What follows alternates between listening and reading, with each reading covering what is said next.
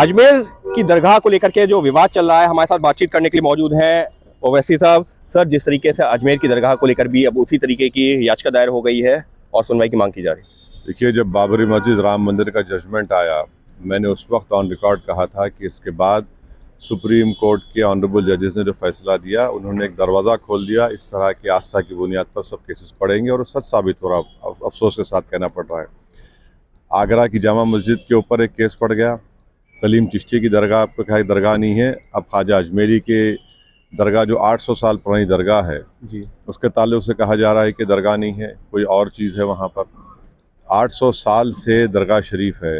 मुग़लों ने, अलाउद्दीन खिलजी के ज़माने से दरगाह शरीफ है, फिर मुग़लों का ज़माना आया, फिर मुग़लों के बाद मराठाओं ने वहाँ पर देखा, और जब मराठाओं की हुकूमत थी वो कमज़ोर पड़े तो 18,000 रुपये में अंग्रेज़ों को बेच दिया। तो जितने राजस्थान में जो 22 रियासतें थी वो ख्वाजा अजमेरी की दरगाह की खिदमत करते थे। खुद जयपुर की रॉयल फैमिली ने 40,000 के करीब तोला सिल्वर वहाँ पर पेश किया। प्रधानमंत्री की तरफ से चादर भिजाई जाती है।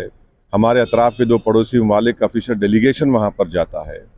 तो ये तो सिर्फ़ और सिर्फ मुसलमानों को दबाने के लिए, उनके मसाजिद दरगाहों को छीनने के लिए, उनको इस देश में सेकंड क्लास सिटीज़न बनाने के लिए। और ये लोग ये जो काम कर रहे हैं, जो बीजेपी आरएसएस से इनका डायरेक्टली इनडायरेक्टली ताल्लुक है, ये देश के हित में नहीं कर रहे हैं, देश को कमज़ोर कर रहे हैं। ये लॉ एंड ऑर्डर के मसले पैदा करेंगे, सोशल अपहीवल इस मुल्क में पैदा होगा, इस मुल्क का जो बैलेंस है वो कमज़ोर पड़ जाएगा। और हमने देख लिया इसका क्या हुआ संभल में, 5 मासूम लोगों की मौत हो गई। और अफसोस की बात यह है कि भारत सरकार, नरेंद्र मोदी की सरकार कोई रिएक्शन दे ही नहीं रही है। मिनिस्ट्री ऑफ माइनॉरिटी अफेयर्स को पार्टी बना दिया गया, एएसआई को बना दिया, दरगाह कमेटी भी गवर्नमेंट बनाती है। अब नरेंद्र मोदी इस पर रोक लगाएंगे, नहीं रोक लगाएंगे, या फिर इसी तरह छोड़ देंगे। वरना फिर देखिए, कोई भी खामोश नहीं बैठेगा। अगर आप जाकर वहाँ पर खुदवाई का काम मालूम हो जाए, खुदवाई का होगी तो क्या होगा, कोई खामोश बैठेगा वहाँ पर?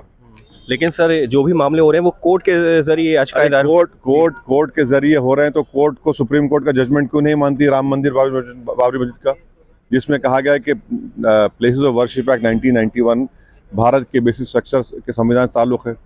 हमने एक ताला लगा दिया, उसको सील लगा दी कि 15 अगस्त 47 को जिस किसी समुदाय का प्लेस होगा उसको चेंज नहीं किया जाएगा। आप कैसे सेटन करने जा रहे हैं, क्या करने जा रहे हैं, आप क्यों करने जा रहे हैं? तो ये देश के हित में नहीं है। ये तो आपसे मुसलमानों को दबाने की कोशिश कर रहे हैं और मुसलमान को आप टेस्ट कर रहे हैं उनके सबर को। कि देश का माहौल खराब करने के लिए इस तरीके की याचिकाएं कोर्ट में लाई जा रही हैं, लाई जा रही हैं। इन तमाम लोगों का ताल्लुक डायरेक्टली इनडायरेक्टली आरएसएस बीजेपी से है। भाई, आगरा की जामा मस्जिद हो, सलीम चिश्ती की दरगाह नहीं है, सुल्तान हिंद ख्वाजा गरीब नवाज की दरगाह नहीं है।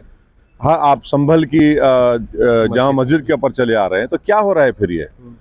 यानी साफ तौर पर असदुद्दीन ओवैसी, जिनका ये कहना है कि देश का माहौल खराब करने की कोशिश की जा रही है इस तरीके के मामलों के जरिए, और जो प्लेसेस ऑफ वर्शिप एक्ट है उसका भी किया जा रहा है उल्लंघन।